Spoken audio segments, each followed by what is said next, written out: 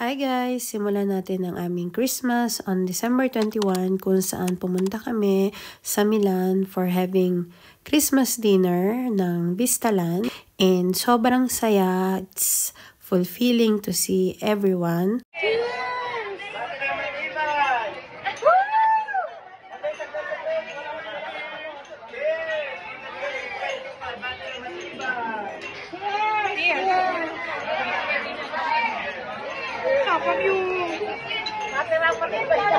Batera matibay!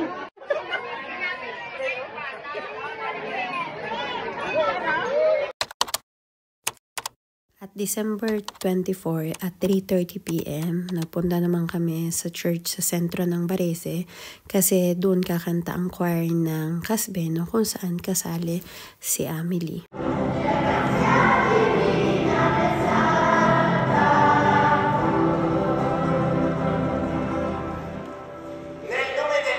At around 6:30 PM, nakarating kami sa bahay galing sa simbahan at kita nyo naman nag-prepare din kami something to eat sa bahay.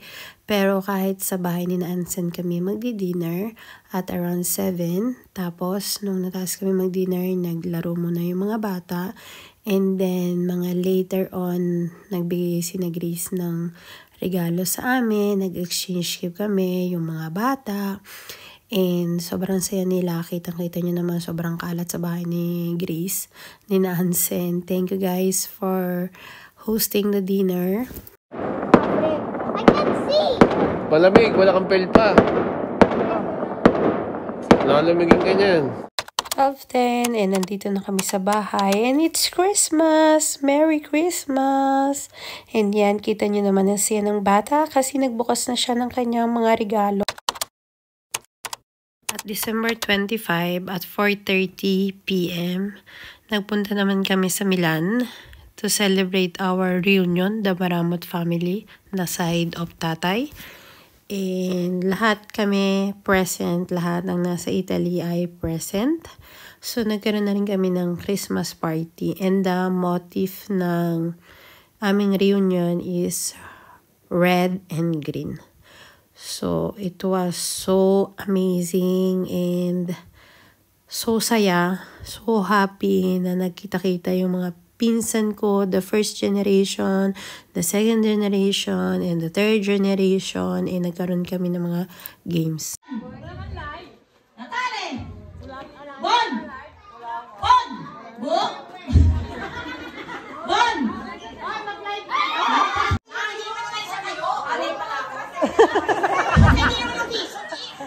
Magulo! Magulo! Ano? Mamaya pa tayo matatapos. Bon! Bon! Natale! Bon! Natale! Natale! Bon! Bon! Natale! Natale! Ay! Ang bilis mo! Ang bilis mo! Ang bilis mo! Ang bilis mo, ate! Ang bilis mo!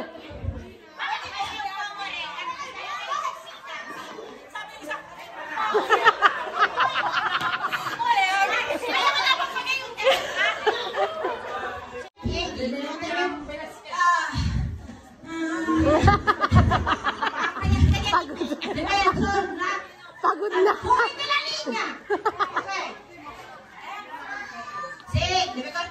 Tingnan niyo kayo ng piedya. Rosso, verde. Verde, rosso.